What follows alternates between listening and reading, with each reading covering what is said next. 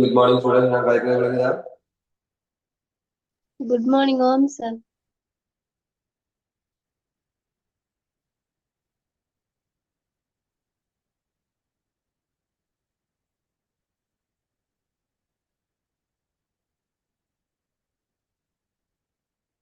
வரிசையா நாம 2022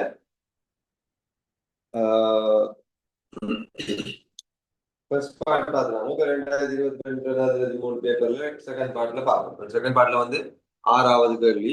அது வந்து செகண்ட் பார்ட்ல பார்ட்ல 6வது கேள்வி. கேள்வி ஸ்கிரீன் வச்சுக்கொள்ளுங்க. இல்லாதாக இருக்கிறாங்க பார்க்கணும்.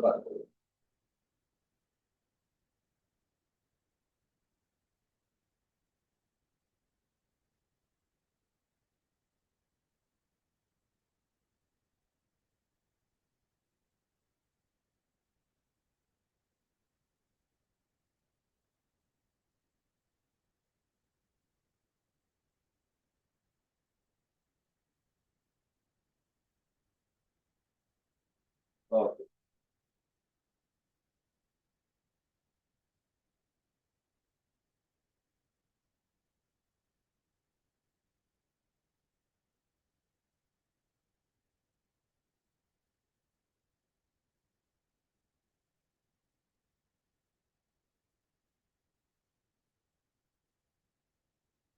கேள்வி என்னன்னா, நிமலன் தனது மோட்டார் காரில் 2 வாரங்களில் மேற்கொண்ட பயணங்களின் எண்ணிக்கையும் தூரங்களையும் காட்டும் மீறுடன் பரம்பல் கீழே தரப்பட்டுள்ளது. அது வந்து 1 தொடக்கம் 3 கிலோமீட்டர் வந்து 6 பயணங்கள் வந்து அவர் போயிருக்கு, 6 ட்ரிப்ஸ் வந்து அவர் போயிருக்கு. அது மாதிரி 3 தொடக்கம் 5 10 பயணங்கள் அந்த மாதிரி அவர் வந்து போயிருக்கு. இதுல வந்து பாத்தீங்கன்னா இடை தூரத்தை காணுங்க கேட்டிருக்கே தவிர எங்களுக்கு எடுகொண்ட இடை அசும் மீன் வந்ததுமே மென்ஷன் பண்ண இல்லை. ஸோ அதனால நாங்க வந்து என்ன செய்யலாம், டைரக்டா வந்து எஃப்எக்ஸ் முறையில வந்து காணலாம். எஃப்எக்ஸ் முறையில காணலாம்னா ஃபர்ஸ்ட் நாங்க கொலமை கிரியேட் பண்ணுவோம்.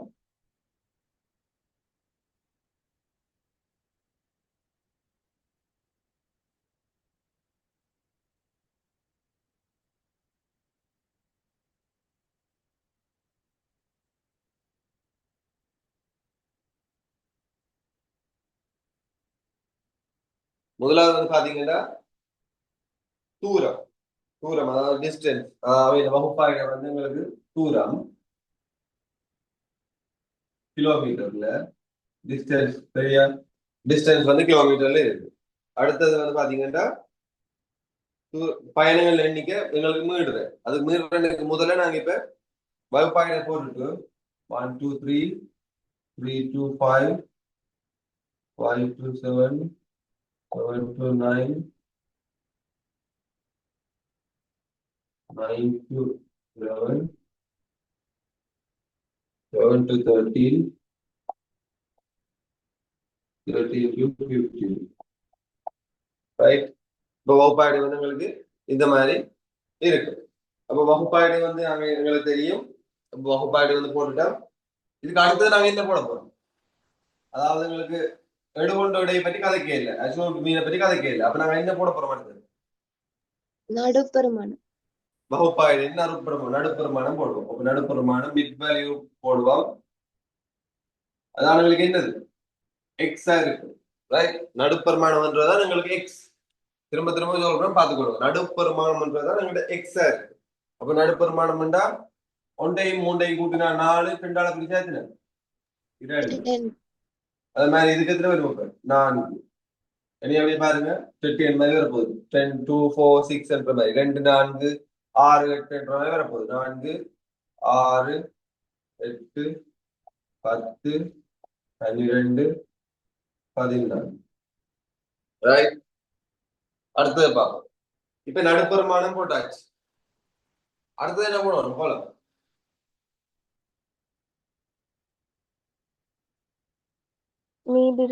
மீடுரன் போடணும். மீடுரன் போடணும்.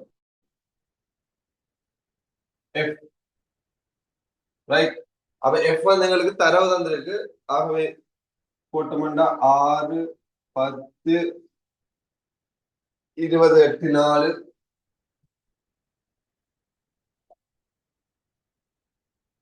0.2. ஸோ இதுல சிக்மா எஃப் எவ்வளவு?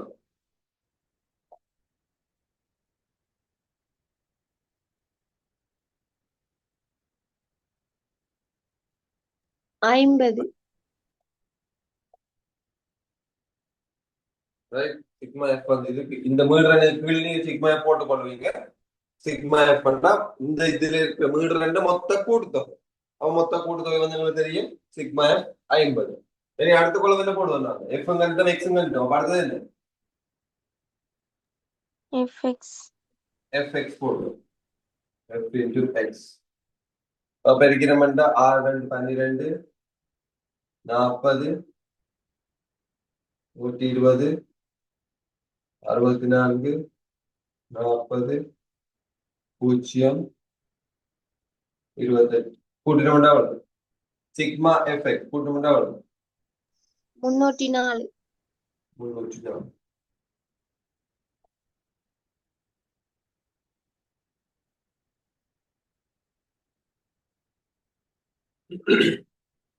இப்ப எங்களுக்கு எஃப்எக்ஸும் தெரியும், எஃப்பும் தெரியும், டோட்டல் எஃப்பும் தெரியும், டோட்டல் எஃப்எக்ஸும் தெரியும், சிக்மா எஃப்எக்ஸும் தெரியும், சிக்மா எஃப்பும் தெரியும். அவ விடை என்னன்னு வரும்? மீன்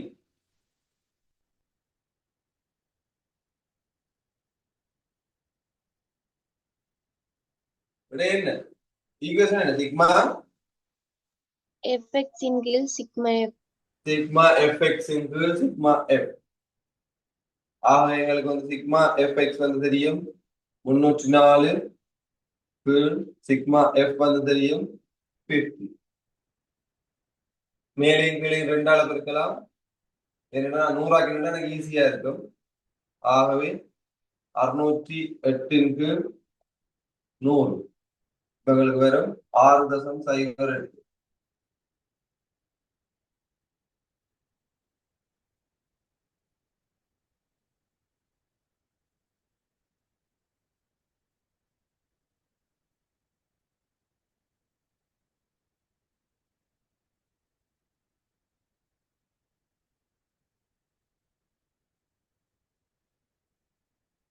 அதாவது முதலாவது கேள்வி பாத்தீங்கன்னா, இவ்விரு வாரங்களிலும் அவர் ஒரு பயணத்தின் போது சென்ற இடைத்தூரம் கேட்டது. இடைத்தூரம் வந்து எங்களுக்கு தெரியும். இப்ப 6.08 சும்மா போடக்கூடாது. 6.08 என்னது? கிலோமீட்டர். கிலோமீட்டர்.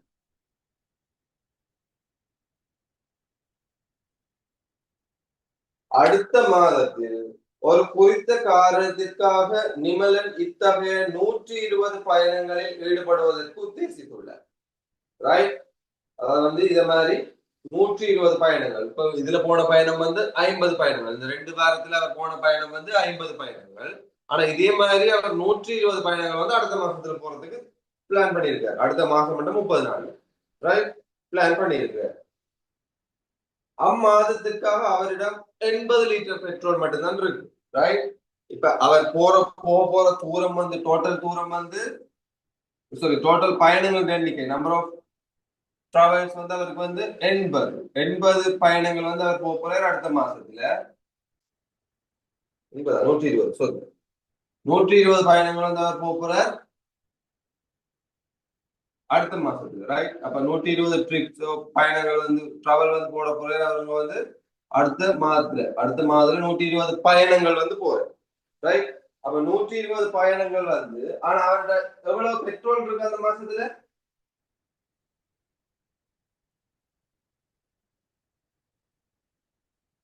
பெட்ரோல் வந்து அவர்கிட்ட இருக்கு 80 லிட்டர்.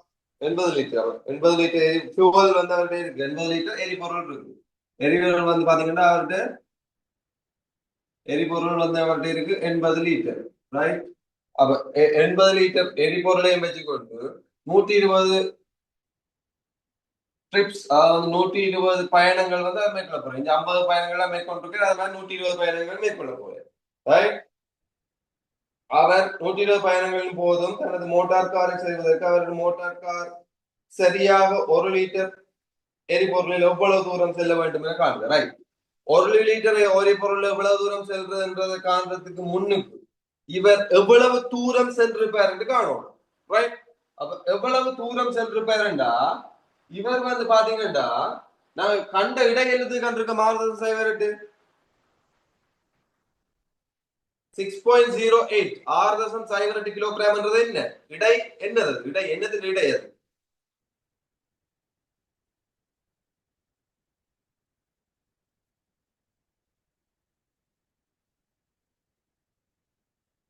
முதலாவது வெளியே பாருங்க முதலாவது வெளியில என்ன சொல்லியிருக்கு அவ்விரு வாரங்களிலும் அவர் ஒரு பயணத்தின் போது சென்ற இடைத்தூரம் அப்ப ஒரு ட்ரிப் போறதுக்கு அவர் போற தூரம் எவ்வளவு ஒரு பயணம் வந்து அவர் செய்யறதுன்னா இடைத்தூரம் அது எவ்வளவு அதுக்கு 6.08 6.08 தான் அவர் ஒரு பயணம் போறதுக்கான இடைத்தூரம் ஒரு பயணம் போறதுக்கு அவருக்கு இடைத்தூரம் 6.08 அப்படி எத்தனை பயணம் போறாங்க அடுத்த மாசம் 120 120 அப்ப எங்களுக்கு முதலாவது வசனம் வரும் என்னது பயணம் செய்த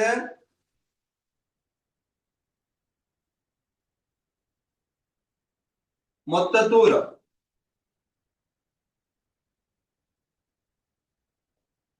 டோட்டல் டிஸ்டன்ஸ்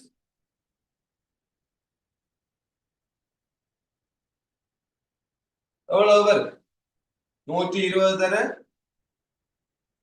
6.08 கிலோமீட்டர் ரைட் இப்ப அதை சுருக்கேன் அப்படியே வச்சுக்கோங்க ரைட் பயணம் செய்த மொத்த தூரம் வந்து 120 தர 6.08 கிலோமீட்டர் இவ்வளவு தூரம் வந்து அவர் பயணம் செஞ்சிருப்பாரு ஒரு பயணத்துக்கு அவர் 6.08 கிலோமீட்டர் செல்வாருண்டா அப்படி 120 பயணம் அவர் செல்ல போறாரு அப்ப 120 பயணம் செல்வாருன்னா இவ்வளவு தூரம் அவர் சென்றிருப்பாரு ரைட் இவ்வளவு தூரம் செல்றதுக்கும் அவருக்கு எத்தனை லிட்டர் பெட்ரோல் தேவை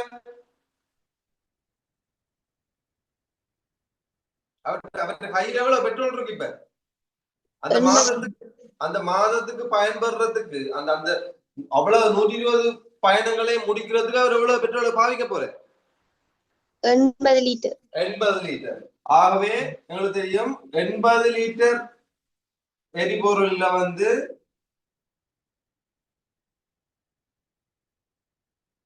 80 லிட்டர் எரிபொருள்ல எவ்வளவு தூரம் போவேன் 120 தர 6.08 கிலோமீட்டர் செல்ல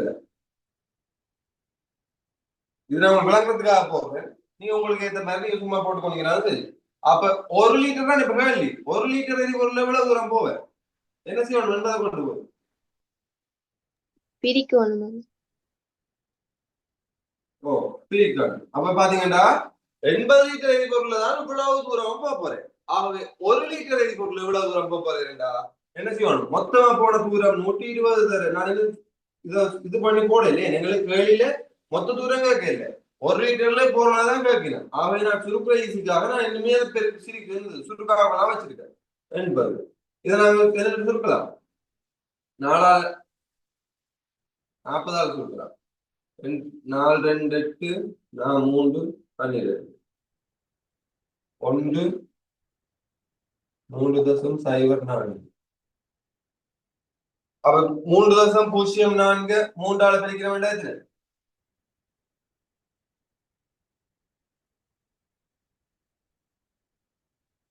9.12 கிலோமீட்டர் அப்ப 1 லிட்டர்ல பயணம் செய்யற கிலோமீட்டர் அளவு 9.12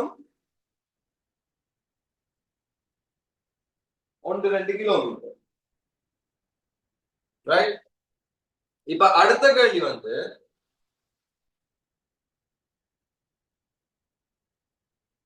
நிமலன் 5 கிலோமீட்டரும் குறைந்த பயணங்களின் போது மோட்டார் காருக்கு பதிலாக சைக்கிளில் செய்வதற்கு தீர்மானிக்கிறார் ரைட் 5 கிலோமீட்டருக்கு குறைந்தது அப்ப 5 கிலோமீட்டருக்கு குறைந்ததுன்னா எந்தெந்த ஆயிடைகள் வரும் எந்தெந்த வகுப்பாயிடை வரும் 5 கிலோமீட்டருக்கு குறைந்ததுன்னா எந்தெந்த வகுப்பாயிடைகள் வரும்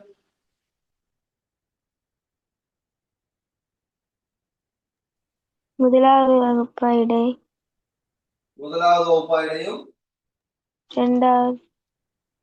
இரண்டாவது வகுப்பாயிடையும் வரும் அதாவது எங்களுக்கு வந்து அந்த வகுப்பாயிடைகள்ல சொல்லியிருக்கு பாருங்க எங்களுக்கு வகுப்பாயிடைகள்ல சொல்லியிருக்கிறது இங்கு ஆயிடை 3 தொடக்கம் 5 ஆனது 3 அல்லது 3லும் கூடியதும் 5 5லும் குறைந்ததும் அதாவது வந்து 1 2 3 என்றா ஈக்குவல் ஓ கிரேட்டர் தேன் 1, அதாவது வந்து பாத்தீங்கன்னா greater than or equal 1, right?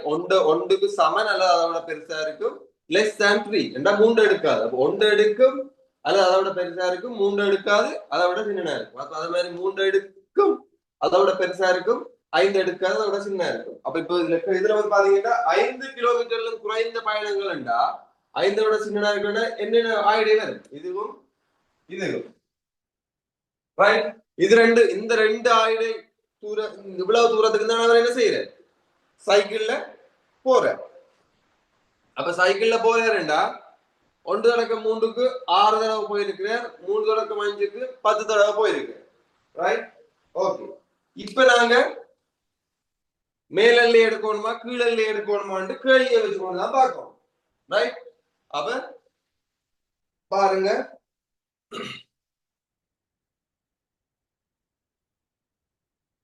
5 kilometre குறைந்த பயணங்களின் போது மோட்டார் காருக்கு பதிலாக சைக்கிளில் செல்வதற்கு தீர்மானிக்கின்றார். அவருடைய எல்லா பயணங்களுக்கும் மேற்குறித்த அட்டவணையில் உள்ளவாறு எல்லா பயணங்களும் மேற்குறித்த அட்டவணையில் உள்ளவாறு நடைபெறுகின்றன எனவும் சராசரியாக 1 லிட்டர் எரிபொருளில் மோட்டார் கார் 9 கிலோமீட்டர் செலுத்தப்படும் எனவும் கொள்ளட்டார், ரைட்? 1-2 கிலோமீட்டர் தானே இருக்கு, அத அன்னளவாக்கி மட்டம் தட்டி 9 கிலோமீட்டர் சொல்லியிருக்காங்க. அப்ப சராசரியாக வந்து 9 கிலோமீட்டர் வந்து போகுதாம் 1 லிட்டர் பெட்ரோல்ல, ரைட்? 1 லிட்டர் ஃபியூவல்ல, ரைட்? 1 லிட்டர் எரிபொருள்ல வந்து 9.12 கிலோமீட்டர் தூரம் வந்து 9 கிலோமீட்டர் தூரம் வந்து போகுது, ரைட்? எனவும் கொண்டு 1 லிட்டர் பெட்ரோலின் விலை 400 ரூபாய், நிமலன் குறைந்தபட்சம் 1600 ரூபாய், ரைட்? இப்ப அவர் சேமிக்க போறது குறைந்தபட்சம் 1600. அந்த 1600 என்னதால சேமிக்கப்பட போகுது, என்ன இதால அந்த 1600 ரூபாயை சேவ் பண்ற?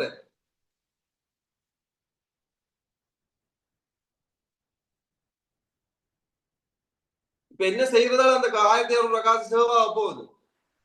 நடந்து சைக்கிள்ல செல்றதால, சைக்கிள்ல செல்றதால அந்த 1600 ரூபாய் சேவ் ஆக போகுது. இப்ப அதுல பாருங்க, அந்த 1600 ரூபாய்க்கு முன்னுக்கு என்ன வேர்ட் யூஸ் பண்ணிருக்கு,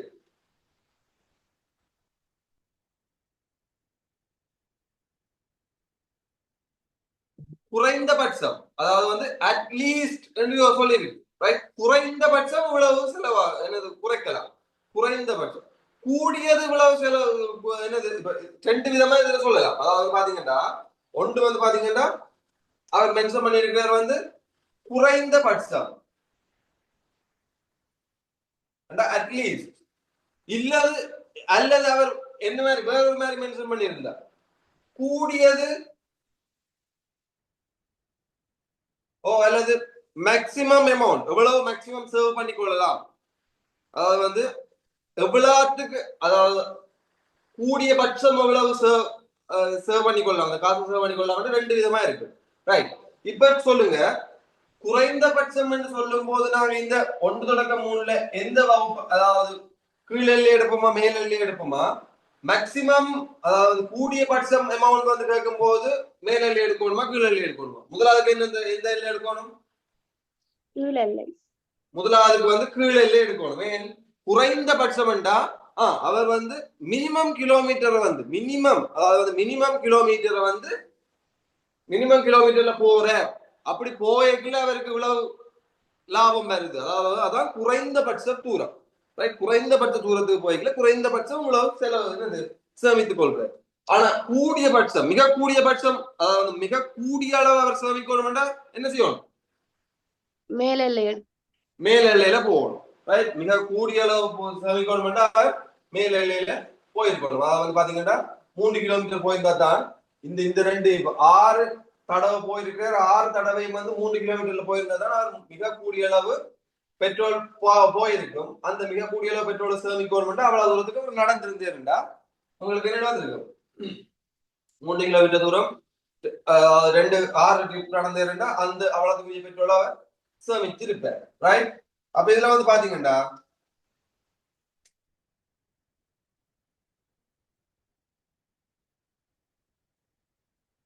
இந்த 5க்கு மேலதானே அவர் வந்து நடந்து போறார். அப்ப முதலாவது ஐடியால என்னத்தால பெருக்குவோம்?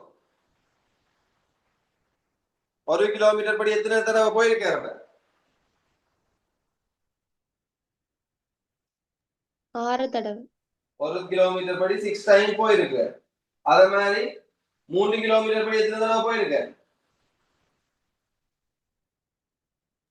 10 தடவை. ரைட். அப்ப எழுதிக் கொள்வீங்க, சைக்கிளில் பயணம் செய்த, இதை எழுதிட்டீங்களா? எழுதிக் கொள்ளுங்க.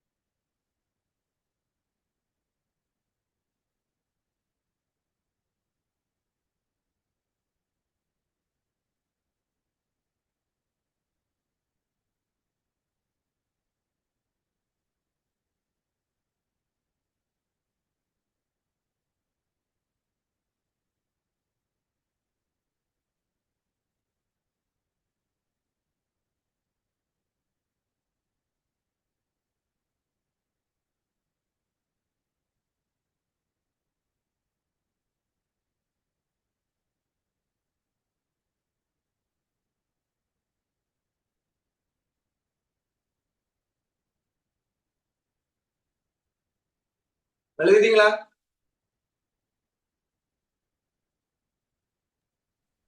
சார். ஓகே, எழுதாத ஸ்கிரீன்ஷாட் எடுத்து வச்சுக்கொள்ளுங்க.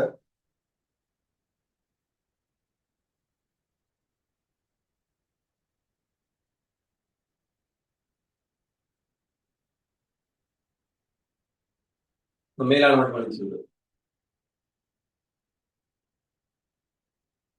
இப்ப பாருங்க, சைக்கிள்ல பயணம் செய்த தூரம். அப்ப சைக்கிள்ல பயணம் செய்த தூரம் வந்து எவ்வளவுன்னு பார்ப்போம். ரைட். அப்ப பைசைக்கிள்ல பயணம் செய்த தூரம்.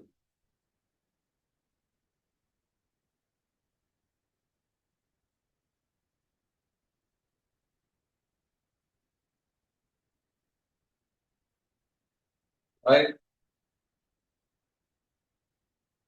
1 கிலோமீட்டர் படி எவ்வளவு தூரம் எத்தனை தடவை போயினோம்? 6 தடவை போயினோம். அத மாதிரி 3 கிலோமீட்டர் படி 10 தடவை போயிடும். ரைட். அப்ப 3 கிலோமீட்டர் படி 10 தடவை போயினோம். 1 கிலோமீட்டர் படி 6 தடவை போயிடும். ஆகவே சைக்கிளை பயணம் செய்து மிக குறைந்த தூரம் வந்து போடுது. இது மிக குறைந்த தூரம் தான். இது மிக குறைந்த தூரம்.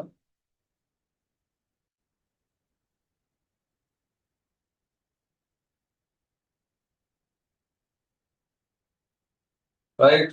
அப்ப இது இவ்வளவு பேருக்கு நம்மளுக்கு எவ்வளவு வரும்? 36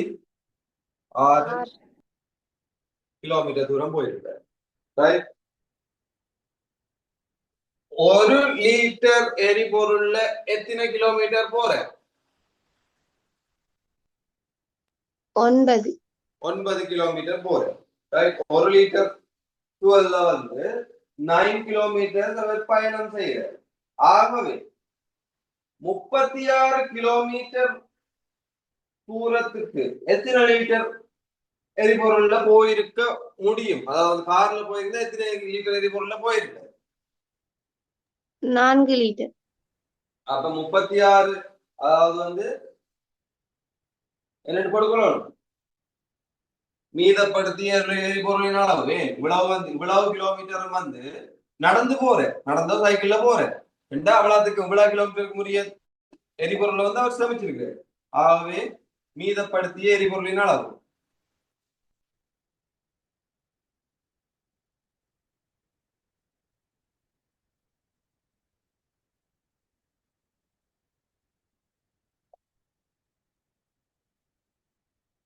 அவர் வந்து எவ்வளவு fuel வந்து அவர் சர்வ் பண்ணி இருக்கு. அப்ப எவ்வளவு fuel சர்வ் பண்ணி இருக்கு?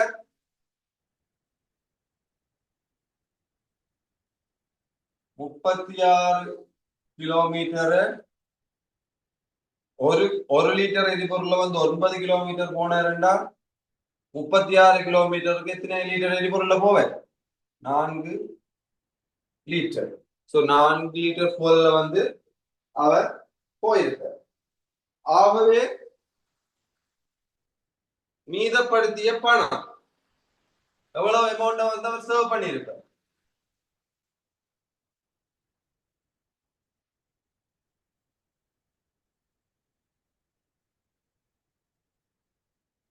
எவ்வளவு அமௌண்ட் சேவ் பண்ணியிருக்கார்? ஒரு லிட்டர் எரிபொருள் விலை வந்து எவ்வளவு? 400 சொல்லியிருக்கு. ரைட். 1 லிட்டர் fuel பிரைஸ் வந்து 400 rupees. சோ அப்ப அவர் எவ்வளவு அமௌண்ட் சேவ் பண்ணியிருக்கார்? 1600. 1600. அதாவது 4 லிட்டர் எரிபொருள் வந்து 1 லிட்டர் வந்து 400, 4 லிட்டர் வந்து இவ்வளவு ருபீஸ். ஆகவே வந்து எங்களுக்கு தெரியும் 1600.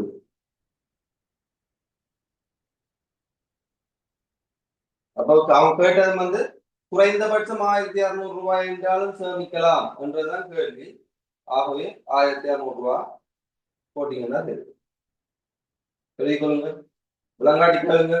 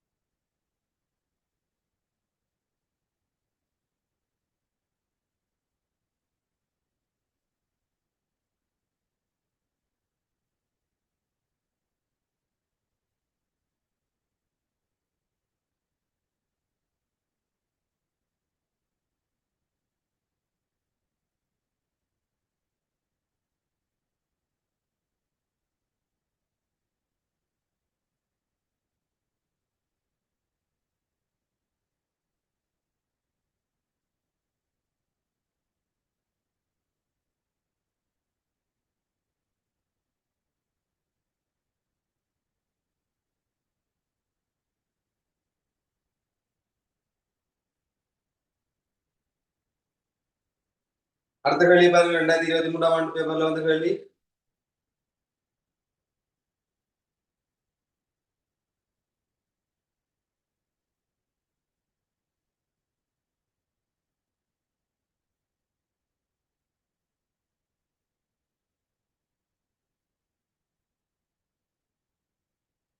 கேள்வியில எடுத்து கொள்ளுங்க.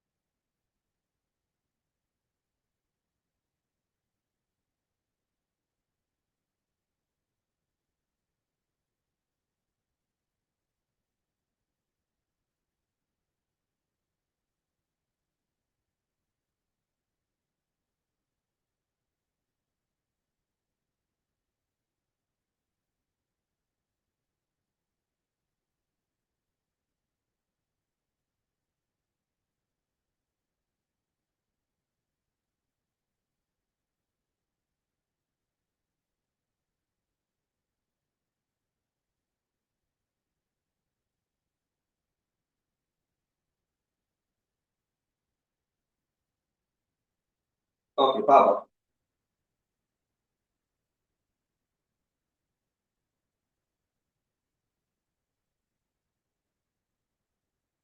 ஒரு குறித்த பாடசாலையில் 120 மாணவர்கள் ஒரு கணித சோதனையில் பெற்ற புள்ளிகளை கொண்டு வரையப்பட்ட ஒரு திறன்மீறன் வலை உருவில் காட்டப்பட்டுள்ளது. ரைட், ஒரு திறன்மீறன் வலை வந்து உருவில வந்து காட்டப்பட்டிருக்கார். இச்சோதனையில் ஒரு மாணவன் பெறத்தக்க உயர்ந்தபட்ச புள்ளி யார்? ரைட், இதுல வந்து ஒரு ஆள் பெறக்கூடிய மேக்சிமம் மார்க்ஸ் வந்து எவ்வளவு கிடைக்கும்? ரைட், இப்போ வந்து பாத்தீங்கன்னா நாங்க ஃபர்ஸ்ட் வந்து திறன்முறை பார்ப்போம். திறன்முறையில வந்து இந்த மாதிரி வரைகிறதுன்னு பார்ப்போம்.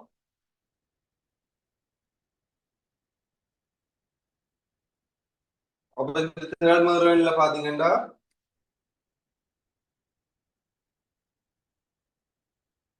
திறன்முறையில வந்து எக்ஸ் எக்ஸிஸ் என்னவா இருக்கும், y எக்ஸிஸ் என்னவா இருக்கும்? திறன்முறை கிராஃப்ல எக்ஸ் அச்சு வந்து என்ன இருக்கிறது, வகுப்பாயிடா இருக்கும். அதாவது வந்து கிளாஸஸ் எக்ஸ் அச்சுலாம் குறிப்போம், y அச்சுல என்ன குறிப்போம்? எக்ஸ் அச்சுல வகுப்பாயிட குறிச்சா y அச்சுல என்ன குறிப்போம்? திறன்முறை குறிப்போம். ரைட், அதாவது பாத்தீங்கன்னா இதுல கிளாஸஸ், இங்க வந்து பாத்தீங்கன்னா சிஓ cumulative frequency. இல்லாட்டி நீங்க இதுல வந்து புள்ளிகள், அதாவது கிளாஸஸ்லாம் புள்ளிகள் இருக்கு, புள்ளிகள் ரெண்டு குறிச்சு கொள்ளலாம். ரைட், 5 10 15 60 மட்டும் இருக்கு. 10 15 20 25 30 35 40 45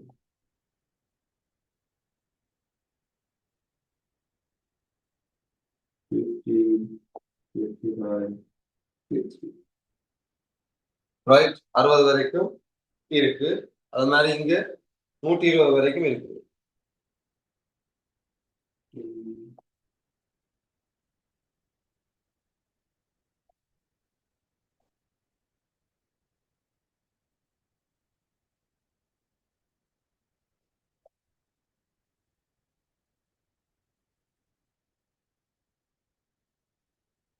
மாதிரி 120 மட்டும் இருக்கு.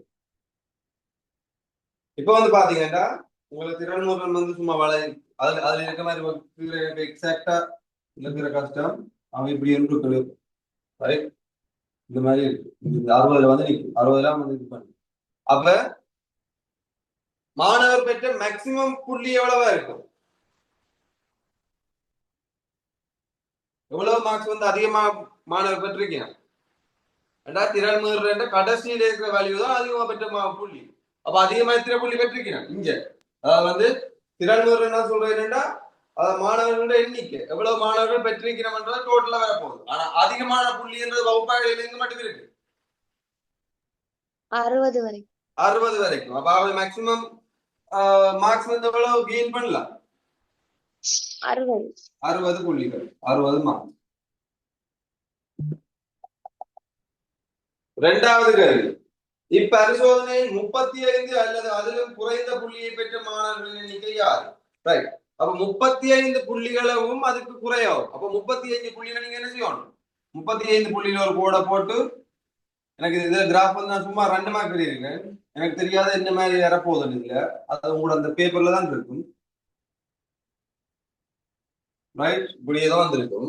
அப்ப இதுல வந்து பாத்தீங்கன்னா 35 புள்ளியில வந்து ஒரு கோட்டை போட்டு நீங்க அதை இங்க கீரைக்குல்ல உங்களுக்கு கணக்கா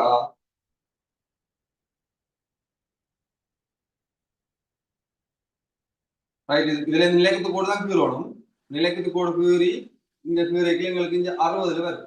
ரைட், அதாவது வந்து 35 புள்ளி அல்லது அதை விட குறைவா இருக்குன்னா ஃபர்ஸ்ட் என்ன செய்யணும்? 35 மார்க்ஸ்ல போய் ஒரு நிலைக்குத்தா ஒரு கோடை கீறி அது திறன்முறையில முட்டுற இடத்தை இதுல முட்டணும். நான் சும்மா 2 மார்க் கிராஃப் இருந்தாலும் உங்களுக்கு தெரியல. நீங்க அந்த படத்துல இருக்க கிராஃப பாருங்க. ரைட், அந்த படத்துல இருக்க கிராஃப் பாத்தீங்கன்னா உங்களுக்கு ஏற்கனவே ஷேர் பண்ணியிருக்கேன். ரைட், அப்ப ஷேர் பண்ணபடி அந்த படத்துல இருக்க கிராஃப் பாத்தீங்கன்னா இதுல இருந்து இங்க போய்க்கல, இங்க கீறிட்டு அது அங்க முட்டின மண்டங்களுக்கு 60 வரை.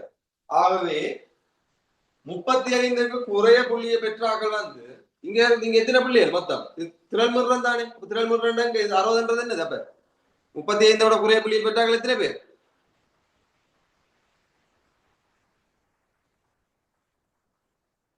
60 மாணவர்கள்.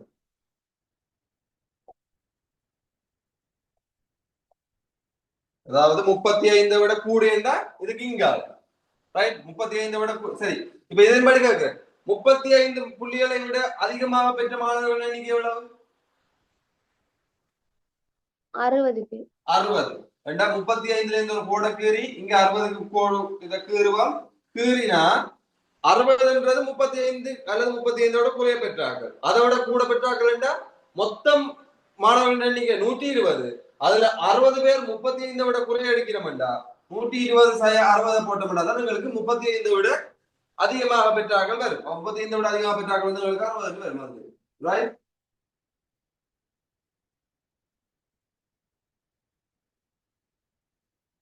ஓகே. மூன்றாவது கேள்வி வந்து பாத்தீங்கன்னா, சோதனைக்கு தோற்றிய மாணவர்களிடையே கூடுதலான புள்ளியை பெற்ற 25% கூட்டத்தை வேறுபடுத்த வேண்டியுள்ளது. அதற்காக எந்த புள்ளியிலும் பார்க்க கூடுதலான புள்ளிகளை பெற்ற மாணவர்களை தெரிந்தெடுத்தல் வேண்டும். ரைட். இப்ப சொல்லுங்க, 25% என்றா பின்னத்தில் எவ்வளவு? 4 ஒரு பங்கு. அதாவது வந்து வீதம் கழிக்கிறது 100க்கு. சோ 100% தான் வீதம் கதைப்போம். அப்ப 100க்கு 25% என்றா 4க்கு 1. அதாவது வந்து 4 மேல் ஒரு பங்கு. அப்ப எங்களுக்கு தெரியும் மொத்த மாணவர்கள்ல 4 மேல் ஒரு பங்குன்றது எவ்வளவு?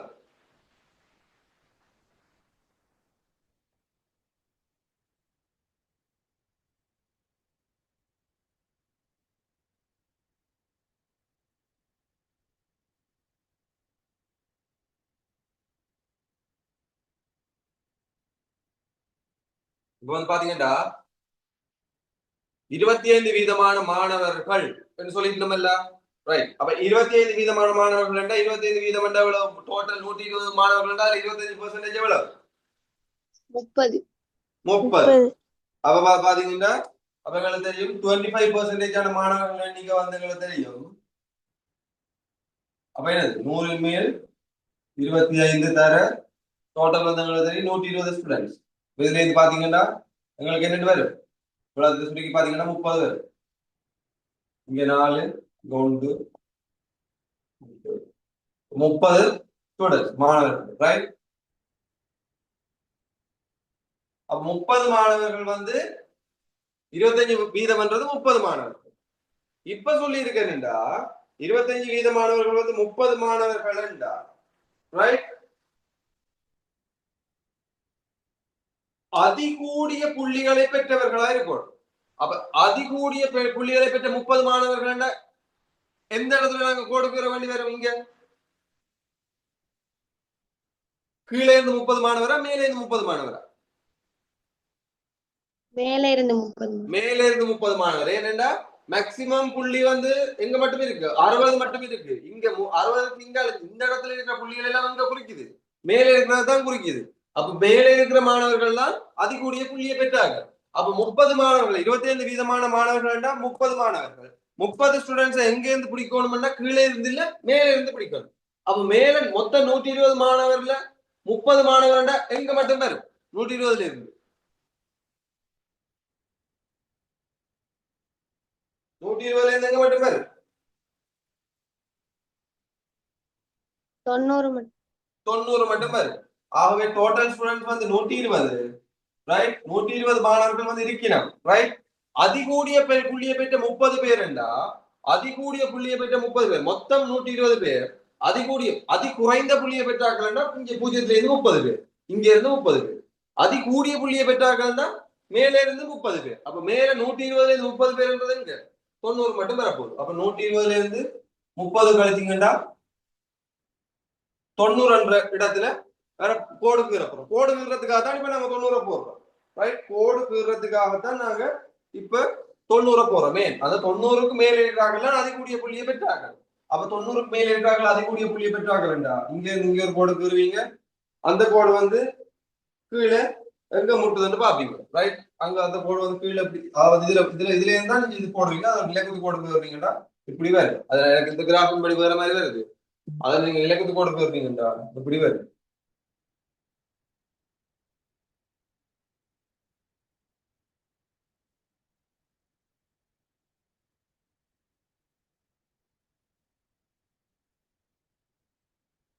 ரைட், அப்ப பாத்தீங்கடா 90ல இருந்து ஒரு கோடு கீறி அதை கொண்டு இங்க வெட்டினா எங்களுக்கு எவ்வளவு வருது? உங்களோட பார்த்து சொல்லுங்க. 42. 42 வருது. 41 அல்லது 42 வரலாம்.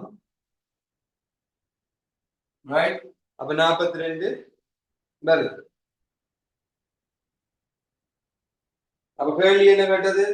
சோதனை தோற்றிய மாணவர்களே கூடுதலான புள்ளியை பெற்ற 25 மாணவர்களை கூட்டத்தை வேறுபடுத்த வேண்டியுள்ளது. அதற்காக எந்த புள்ளியிலும் பார்க்க கூடுதலான புள்ளிகளை பெற்ற மாணவர்களை தெரிந்தெடுத்தல் வேண்டும். ரைட், அப்ப எத்தனை புள்ளிகள்? 42 புள்ளிகளுக்கு கூட இருக்கிறார்கள் தெரிஞ்செடுப்போம். 42 புள்ளிகளை விட அதிகமானவர்கள்.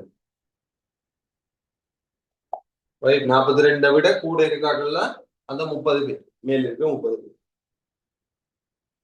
எழுதி கொடுங்க.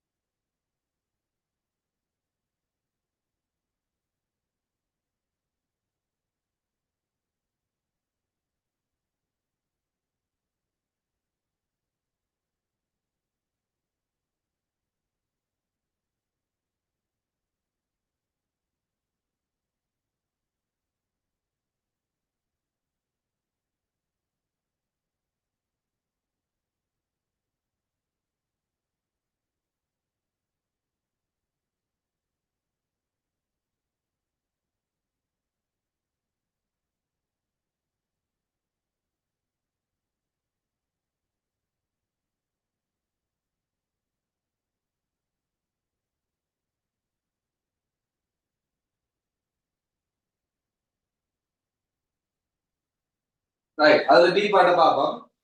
அது டி பார்ப்பது என்ன சொல்லியிருக்கு? திறன்முறை வளையை வரைவதற்கு பயன்படுத்திய நீடுள்ள அட்டவணையின் ஒரு பூரணமற்ற பகுதியும் அதனை பயன்படுத்தி வரையப்பட்ட ஒரு பூரணமற்ற வட்ட வரைவும் கீழே தரப்பட்டுள்ளது.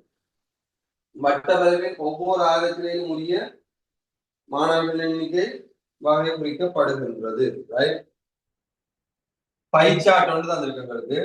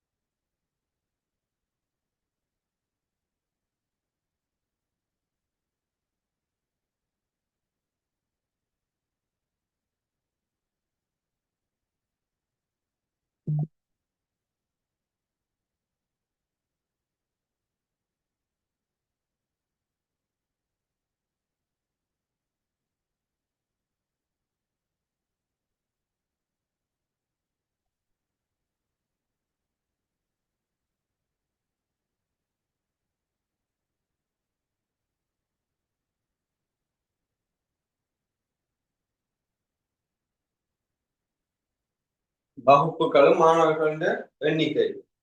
இப்போ 0 தொடக்கம் 15, 15 தொடக்கம் 30, 30 தொடக்கம் 45, 45 தொடக்கம் 60.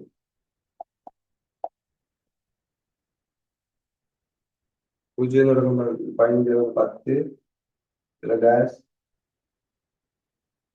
அதுல இந்த 20, டோட்டல் வந்து 120.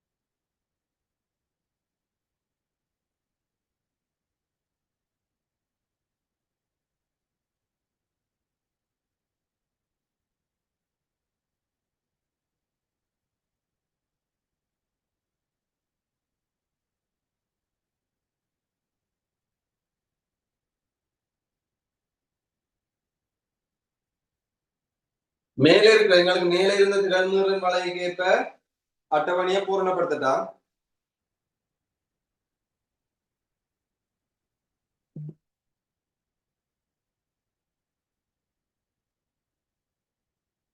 எங்களுக்கு தெரியும் 0 தொடக்கம் 15 வந்து அந்த திறன்முறை மலை வந்து 10 இருந்தது. 15 தொடக்கம் 30 வந்து திறன்முறை 40 இருக்கண்டா.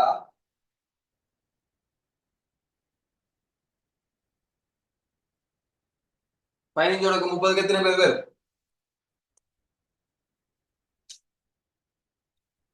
அந்த திறன்முறை மலை தெரியுதான் உங்களுக்கு? திறன்முறை மலை இதுக்கு மேல ஏ பாட்டுல இருந்த திறன்முறை மலை, அந்த திறன்முறை மலையில 30 என்ற இடத்துல 40 இருக்கு. ஆகவே இந்த இடத்துல என்ன வேற?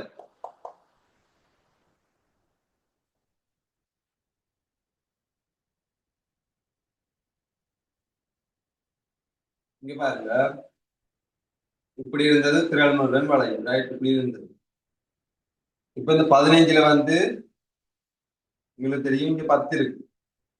அது மாதிரி 30ல வந்து இங்க எங்களுக்கு வந்து வந்திருக்கு 40. ஆகவே இந்த இடத்துல என்ன போடும்? இது திறன்முறை சிஏ. இது வந்து வகுப்பாயிட அல்லது நம்பர் ஆஃப் ஸ்டூடெண்ட். இது வந்து வகுப்பாயிட கிளாஸ். இப்ப இந்த 30 வகுப்பாயிடை 30ல 40 வருதுண்டா, திறன்முறை 40ண்டா இங்க எவ்வளவு? எத்தனை வகுப்பு இதுல இருக்கிறாங்க? எத்தனை பேர்? 30. 30 பேர். ஏன் திறன்முறை என்னது சொல்றோம் நாங்க? முதலாவது மீடுரனையும் அதுக்கு அடுத்த மீடுரனையும் கூட்டிதான் திறன்முறை வரும், ரைட்? முதலாவது வந்து 10, அதுக்கு அடுத்தது 30, ரெண்டையும் கூட்டினாதான் எனக்கு 40 வந்து இருக்கு, ரைட்? இனி 30 தொடக்கம் 45ல நாங்க அங்க பாத்தீங்கன்னா 45ல வந்து எங்களுக்கு 100 பேர்ல குறிச்சிருக்கு, ரைட்? இப்ப இதுல 45 எடுத்தோம்டா, இது வந்து 30, இது 15, 45 எடுத்தீங்கன்னா இங்க இதுல 100 பேர் வருது. அப்ப இவ்விடத்துல என்ன வருது? 60. 60 வருது. அடுத்தது வந்து பாத்தீங்கன்னா 60ல வந்து 120 குறிச்சிருக்கு. ஆகவே இவ்விடத்துல வந்து மொத்தம் 120 100 கழிச்சோம்டா 20 வருது. இது விளங்குதா? விளங்காட்டி சொல்லுங்க, நான் திருப்பி சொல்றேன். இந்த இடம் விளங்குதா? சரி. ஓகே. அப்ப மொத்தம் 120 இந்த திறன்முறை வச்சுக்கொண்டு நாங்க பண்ணிட்டோம். இந்த திறன்முறை இதுல இருந்து உருவாக்குறது எப்படி? எனித்தான் இதை வச்சுக்கொண்டு தான் நாங்க திறன்முறை மீடுறனை வச்சுக்கொண்டு தான் திறன்முறை உருவாக்கிருக்கோம். இது தராம இது இருந்திருந்தாண்டா முதல்ல 10, இந்த 10ஐயும் 30ஐயும் கூட்டி 40, அதுக்கப்புறம் வந்து 40ஐயும் 60ஐயும் கூட்டி 100, அதுக்கப்புறம் 100ஐயும் 20ஐயும் கூட்டி 120 திறன்முறை உருவாக்கிருக்கோம். இப்ப இந்த திறன்முறை வச்சுக்கோம் நாங்க மீடுறனை உருவாக்குறோம், ரைட்?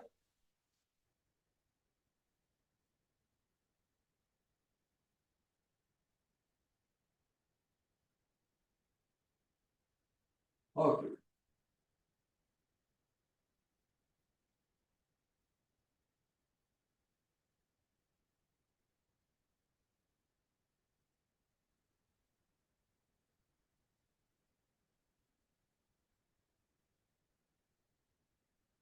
திருவண்ணூர் மலைக்கு அட்டவணையை பூர்ணப்படுத்துக வட்ட வரைகள் அதாவது பை சார்ட்ல வந்து 30 பாகை கோணம் கொண்ட ஆரச்சனை குறிக்கப்படும் புள்ளியின் ஆயிடை யாது. ரைட். இப்ப பாப்போம் 30 தொடக்கம் 45க்கு எத்தனை பாகை? இது எத்தனை டிகிரி? இவ்வளவு 180. 180. ஆகவே 180 பாகைக்கு வந்து 30 தொடக்கம் 45க்கு எத்தனை பேர்? எத்தனை ஸ்டூடெண்ட்ஸ்? 180 30 தொடக்கம் 45 வகுப்பாங்கன்னா அதுக்குரிய ஸ்டூடெண்ட் எத்தனை பேர்? 60. 60 பேர். ஆகவே ஒரு பாகைக்கு எத்தனை பேர் வரும்? 60க்கு 180 பாகைக்கு 60 பேர் என்றா ஒரு பாகைக்கு எவ்வளவு? 180 மாம்பழம் 60 ரூபாண்டா ஒரு மாம்பழம் எவ்வளவு சேர்க்கிறாங்க? 180 பிரிக்கணும். பிரிக்கணும். ஆகவே 180 பாகைக்கு வந்து 60 பேர் என்றா ஒரு பாகைக்கு வந்து என்ன இருக்கும்? 180க்கு சரி 60க்கு 180 இருக்கும். ஆகவே 30 பாகைக்கு எவ்வளவா இருக்கும்? 60க்கு 180 என்ன செய்யணும்? 30 30 பெருக்கணும். ஆகவே பெருக்கணும் என்றா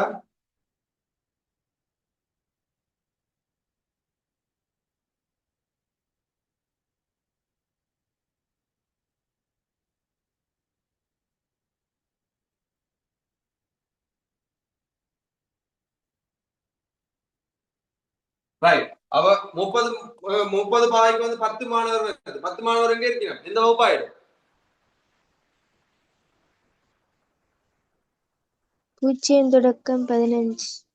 ஓ அப்ப 30 பேர் 10 மாணவர்கள். அப்ப 10 மாணவர்களை நாங்க வட்டம் போட்டோம்டா அதுக்குரிய வகுப்பாயிடு வந்து அதுக்குரிய கிளாஸ் வந்து இவ்வளவு இருக்கு 0 தொடக்கம் 15 இருக்கு. இது வந்து 0 தொடக்கம் 15 கிளாஸ்.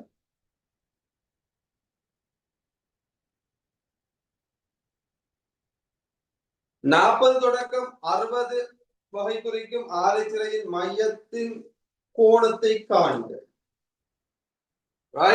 இப்ப எங்களுக்கு ஒரு பாகைக்குரிய அளவு வந்து எங்களுக்கு தெரிஞ்சிச்சு. எத்தனை ஸ்டூடெண்ட்ஸ் வந்து ஒரு பாகைக்கு வருகிறோம். ரைட். 40 தொடக்கம் 45 தொடக்கம் 60. 45 தொடக்கம் 60ல வந்து எத்தனை ஸ்டூடெண்ட்ஸ் இருக்கணும்? 20 ஸ்டூடெண்ட்ஸ் இருக்கணும். அப்ப 20 ஸ்டூடெண்ட்ஸ்ன்றது எத்தனை டபுள் மடங்கு?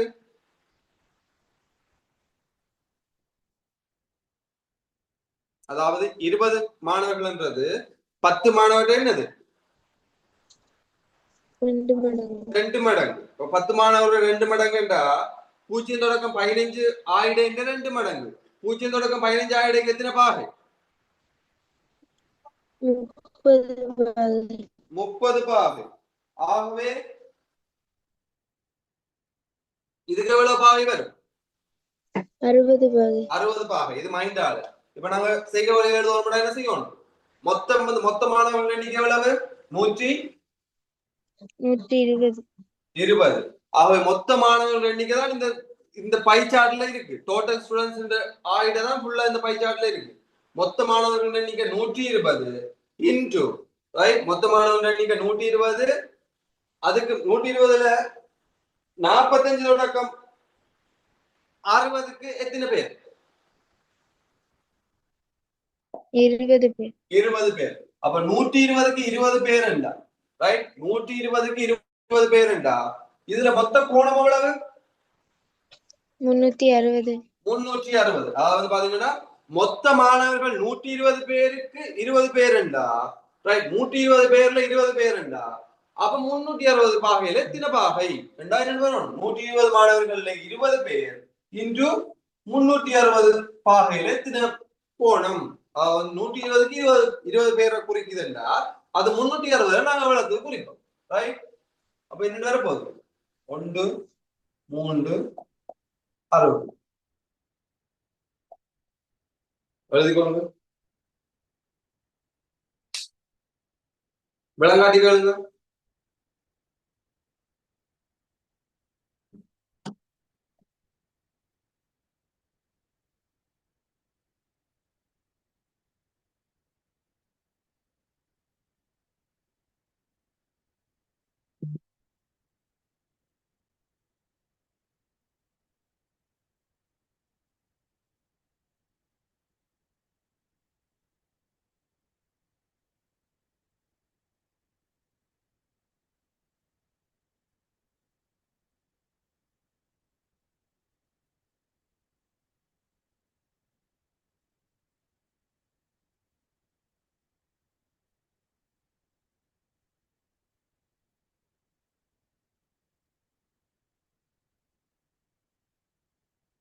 ஓகே, எழுதினீங்கன்னா நாங்க மிச்சத்தை வந்து அடுத்த கிளாஸ்ல பார்ப்போம்.